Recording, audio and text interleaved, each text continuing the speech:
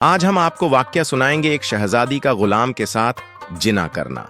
पूरा वाक्य जानने के लिए हमारे साथ रहिएगा। कहा जाता है एक बादशाह था। उसकी एक बहुत ही हसीनो जमील बेटी थी। उस बादशाह ने अपने यहाँ एक गुलाम रखा हुआ था जो कि घोड़ों की देखभाल करता था। वो गुलाम यह बात अच्छी तरह से जानता था कि घोड़ों को काबू कैसे किया जाता है।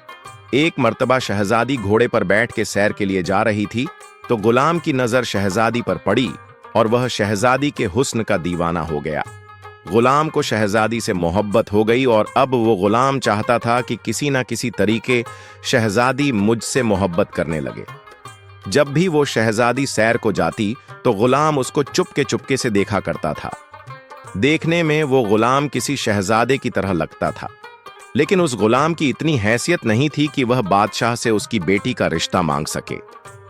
लेकिन ऐसा हो सकता था जब वो शहजादी खुद गुलाम को पसंद करती और अपने वालिद से कहती कि वह गुलाम से शादी करना चाहती है, और फिर बादशाह मजबूर होकर अपनी बेटी की बात मान लेता। एक दिन उस गुलाम ने अपने साथियों से कहा कि वह शहजादी को पसंद करता है और शहजादी से शादी करना चाहता है, तो उसके साथी कहने लगे, तुम पागल तो नहीं हो गए? अगर बादशाह को पता चल गया तो वह तुम्हें क्या सजा देगा? गुलाम बोला कि मुझे सजा की कोई परवाह नहीं। मैं शहजादी को पसंद करता हूं और शादी करूंगा तो सिर्फ शहजादी से ही करूंगा, चाहे बादशाह मुझे आग में ही क्यों ना जला दे। शहजादी रोज टहलने को निकलती थी। एक दिन शहजादी अपने घोड़े पे टहलने को निकली। गुलाम शहजादी से बात करना चाहता था। गुलाम ने एक चाल चली। जहां से घोड़े ने गुजरना था उस गुलाम ने वहां पर कांटे बिछा दिए, और अब कोई ना कोई कांटा तो घोड़े के पांव में चुभना ही था, और हुआ भी ऐसे। जंगल में जब शहजादी सैर कर रही थी तो अचानक घोड़े के पांव में कांटा चुभ गया और वह घोड़ा अपने आप से बाहर हो गया। शहजादी से वह घोड़ा संभाला नहीं जा रहा था और वह गुलाम यह जानता था कि घोड़े को काबू कैसे करना है। वो गुलाम आहिस्ता से आगे बढ़ा और घोड़े के पास आकर बैठ गया। उसने घोड़े के पांव से आराम से कांटा निकाल दिया और घोड़ा फौरन खामोश हो गया।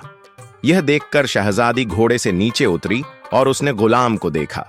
शहजादी यह नहीं जानती थी कि यह गुलाम मेरे ही महल में काम करता है। देखने में वह गुलाम काफी खूबसूरत था। शहजादी को गुलाम काफी पसंद आया। शहजादी नहीं जानती थी कि यह गुलाम मुझे पसंद करता है, लेकिन शहजादी गुलाम को पसंद कर बैठी थी। शहजादी ने गुलाम का शुक्रिया किया और पूछा कि तुम कहां रहते हो? तो गुलाम ने बताया कि मैं आपके महल में काम करता हूं, आपके ही घोड़ों की देखभाल करता हूं। शहजादी ने पूछा, तो क्या तुम शहजादे नहीं हो? गुलाम ने बोला, नहीं, मैं सिर्फ आपका एक गुलाम हूं। शहजादी बोली, अच्छा, फिर तो मेरे बाबा यह जानकर बड़े खुश होंगे कि तुमने किस तरह मेरी जान बचाई है। शहजादी अब उस गुलाम के साथ बातों में खो और इतनी बातें की कि शाम हो गई और अंधेरा हो गया। शहजादी अब डर रही थी। अंधेरा हो चुका था कि अब वह महल वापस कैसे जाएगी। गुलाम बोला, आपको डरने की जरूरत नहीं। उसके बाद गुलाम ने कहा कि अब रात हो चुकी है और अंधेरा हो चुका है। जंगल में काफी खतरनाक जानवर भी हैं। हम एक काम करते हैं, हम यहीं पे रात गुजार लेते हैं। शहजादी को तो गुलाम पहले ही बहुत पसंद आ चुका था। शहजादी गुलाम की हां में हां मिलाती जा रही थी। अब वह दोनों जंगल में रात बिताने के लिए बैठ गए और एक दूसरे के इतने करीब हो गए कि वो दोनों एक दूसरे से जिना कर बैठे। गलत काम करके अब गुलाम को शर्मिंदगी हो रही थी कि मैंने और शहजादी ने इतना बड़ा काम कर लिया है। बादशाह को इस बारे में पता चलेगा तो वह हमें सजा देंगे। फिर गुलाम ने शहजादी से कहा कि आप इतने बड़े मुल्क की शहजादी हैं और मैं एक अदना सा गुलाम हूं, और हमारे बीच जो ताल्लुकात बने हैं इससे आपके वालिद हमें सख्त सजा देंगे। शहजादी बोली, तुम्हें डरने की जरूरत नहीं। मैं अपने अब्बू जान से बात करूंगी और तुम्हारी शादी और मेरी शादी की बात करूंगी। मेरे अब्बू जान जरूर मान जाएंगे, लेकिन इससे पहले तुम्हें मेरे अब्बू जान से बात करनी होगी। गुलाम ने भी यह सोच लिया कि वो बादशाह से शहजादी के बारे में बात करेगा और शहजादी का हाथ मांगेगा, फिर चाहे मौत नसीब में हो या शहजादी नसीब में हो।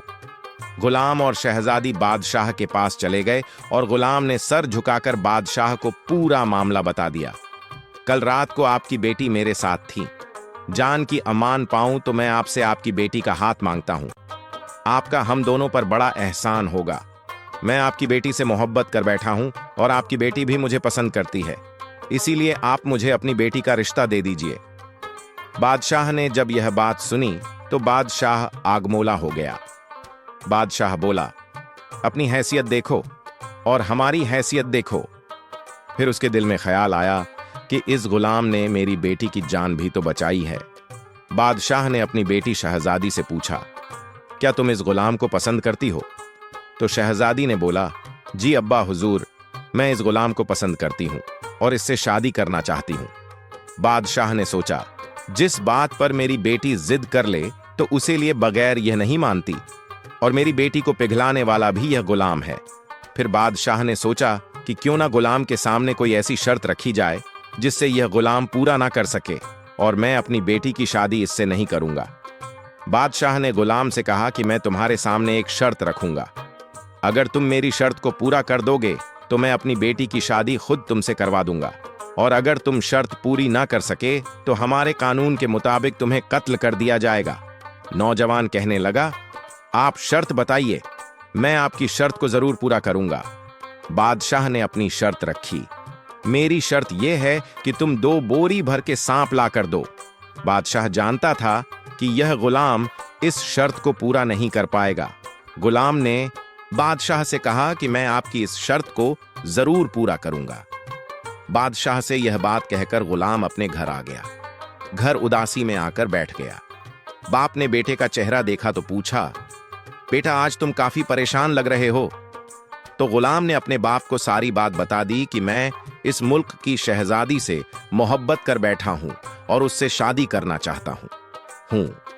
लेकिन बादशाह सलामत ने मेरे सामने यह अजीब सी शर्त रख दी है, और अगर यह शर्त मैं पूरी ना कर पाया तो मैं शहजादी से जिना कर बैठा हूं। इस गुनाह पे बादशाह मुझे कत्ल करवा देगा। बाप ने जब बेटे के मुंह से यह बात सुनी तो बाप को काफी दुख हुआ। कहने लगा, बेटा मैंने तुम्हारी तरबियत ऐसी तो नहीं की थी कि तुम मोहब्बत कर बैठो और फिर तुम उस मोहब्बत में जिना भी कर बैठो। और बेटा, जिना हमारे इस्लाम में बहुत बड़ा गुनाह है, तुमने ऐसा क्यों किया? बेटा बाप के सामने शर्मिंदा होकर कहने लगा, अब्बा हुजूर मुझसे गलती हो गई और अब मैं शहजादी से शादी करना चाहता हूं। अगर मैं इस शर्त को पूरा ना कर सका तो मेरी पूरे मुल्क में बदनामी होगी और शहजादी भी पूरे मुल्क में बदनाम हो जाएगी और हमें सजा अलग मिलेगी। मैं इस शर्त को कैसे पूरा करूं? गुलाम ने कहा, बाबा जान, अगर 1-2 सांप होते तो मैं कहीं से ढूंढकर बादशाह को दे देता, लेकिन बादशाह ने तो 2 बड़ी बोरियां सांपों की कही हैं। अब मैं इतने सारे सांप कहां से लाऊंगा? उसके बाप ने कहा कि तुमने गलती तो कर ली है, लेकिन तुम्हें शर्मिंदगी भी है, तो इसलिए मैं तुम्हारी मदद कर सकता हूं। तुम 2 बोरियां ढूंढ कर लाओ, उसके बाद मैं तुम्हें बताऊंगा कि तुम्हें इतने सारे सांप कहां से मिलेंगे। बाप ने बेटे को बताया कि इस शहर में 100 साल पुराना कब्रिस्तान है। उस कब्रिस्तान में चले जाओ और फला कब्र के पास चले जाना। उस कब्र से मट्टी हटा देना और उस कब्र की एक ईंट हटाकर फौरन बोरी का मुंह उसके सुराख के ऊपर रख देना। जब वह बोरी भर जाए तो उसका मुंह अच्छी तरह से बंद कर देना। फिर दूसरी बोरी उस कब्र के सुराख के ऊपर रख देना। जब वह बोरी भी भर जाए तो उसका मुंह भी अच्छी तरह से बंद कर देना। फिर कब्र के ऊपर ईंट लगाकर ऊपर मट्टी डालकर आ जाना। दूसरे दिन उसका बेटा 2 बोरियां लेकर उसी कब्र के पास चला गया, जिस कब्र के बारे में उसके बाप ने उसको बताया था। उसने बिल्कुल उसी तरह कब्र से ईंट हटा दी जिस तरह उसके बाप ने उसको बताया था। उसने बोरी का मुंह कब्र के सुराख के ऊपर रखा और फिर एक एक करके सांप उस बोरी में जाते गए। ऐसे लग रहा था जैसे वह कब्र पूरी सांपों से भरी हुई है। गुलाम को काफी खौफ आ रहा था और उसको डर भी लग रहा था। एक बोरी जब भर गई तो गुलाम ने दूसरी बोरी भी कब्र के मुंह के ऊपर रख दी। वह भी आहिस्ता आहिस्ता सांपों से भर रही थी। गुलाम के पसीने छूट रहे थे कि इस कब्र में इतने सांप कैसे हैं? आखिर इस कब्र वाले ने ऐसा कौन सा गुनाह किया है जिसकी वजह से इसकी कब्र सांपों से भरी पड़ी है? खैर, गुलाम ने उसके बाद वो दोनों बोरियां भर के उनका मुंह अच्छे से बांध लिया और फिर कब्र को अच्छी तरह बंद करके वह दोनों बोरियां बादशाह सलामत के पास लाकर रख दी। बादशाह सलामत ने जब 2 बोरियां सांपों की भरी हुई देखी तो वह काफी हैरान हो गया कि तुम्हें इतने सारे सांप कहां से मिले? तो उस गुलाम ने बताया कि इस शहर में फलां कब्रिस्तान में फलां कब्र से मैं यह सांप लाया हूं और उस कब्र के बारे में मुझे मेरे बाप ने बताया था। बादशाह ने कहा कि फौरन अपने बाप को यहां पर बुलाओ। तुम्हारे लिए और हम सब के लिए यह जानना जरूरी है कि कब्र वाले ने ऐसा कौन सा गुनाह किया था जिसकी वजह से उसकी कब्र सांपों से भरी पड़ी थी। ऐसे लग रहा था जैसे बादशाह सलामत उस कब्र वाले को जानता था, लेकिन गुलाम के बाप के जरिए गुलाम तक यह बात पहुंचाना चाहता था। गुलाम ने अपने बाप को भी बुला लिया। बादशाह सलामत ने गुलाम के बाप से कहा, क्या आप जानते थे कि इस कब्र वाले ने कौन सा गुनाह किया है? और आपको कैसे पता था कि इस कब्र में इतने सारे सांप मौजूद हैं? और क्या आप अपने बेटे की शादी शहजादी से करवाना चाहते हैं, या फिर इस काम से अपने बेटे को एक सबक सिखाना चाहते थे? गुलाम के बाप ने बताया कि मैं इस कब्र के वाक्य से अपने बेटे को सबक देना चाहता था। बादशाह ने कहा, तो फिर तो तुम्हें अपने बेटे को और हम सबको बताना चाहिए कि उस कब्र वाले ने कौन सा गुनाह किया था। बाप ने अपने बेटे को बताना शुरू किया। क्या बेटा तुम जानना चाहते हो कि उस कब्र में इतने सांप मौजूद क्यों थे? शहजादी भी वहां मौजूद सब कुछ सुन रही थी। गुलाम ने कहा, जी अब्बा हुजूर, मैं जानना चाहता हूं और इस बात से हैरान हूं कि उस कब्र में इतने सारे सांप क्यों थे। बाप ने कहा, बेटा तुमने 2 बोरी सांप की भरी। अगर तुम 10 बोरियां भी सांप की भरते तो बोरियां भर जाती, लेकिन कब्र से सांप खत्म नहीं होने थे, क्योंकि कब्र वाले ने गुनाह कबीरा किया था। बेटे ने पूछा, अब्बा हुजूर, तो उस कब्र वाले ने कौन सा गुनाह किया था? बाप ने बताया, बेटा जब वह कब्र वाला जिंदा था तो उसने गुनाह कबीरा किया था। वो लोगों से यानी वो औरतों से जिनाह किया करता था। वो तवाइफों के अड्डे पर जाता और उनसे जिनाह करता। उसने 1 बार नहीं 2 बार नहीं, उसने कई बार जिनाह किया था और वह अपने इन्हीं गुनाहों में मर गया और उसकी मौत हो गई। इसलिए ही उसकी कब्र में इतने सारे सांप हैं। ये बात जब गुलाम और शहजादी ने सुनी तो वह धर धर कांपने लगे।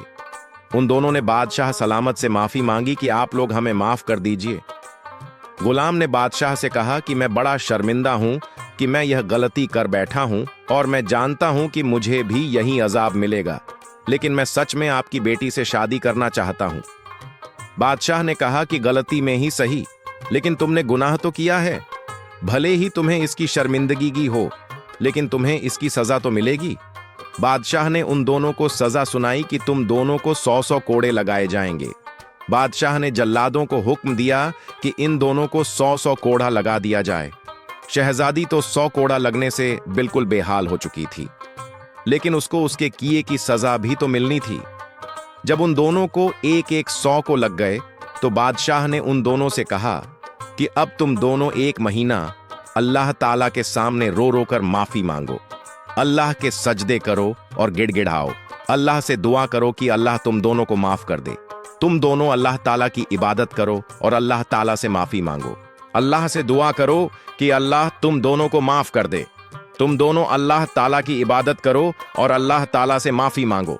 उसके बाद तुम दोनों की शादी कर दी जाएगी। उन दोनों ने ऐसा ही किया। अल्लाह के हुजूर सजदे किए, अल्लाह ताला से माफी मांगी और उसके बाद शाह ने गुलाम और शहजादी की शादी करवा दी। तो नाजरीन, ऐसी सबक अमोज कहानी के साथ हम फिर आएंगे। तब तक के लिए अल्लाह हाफिज।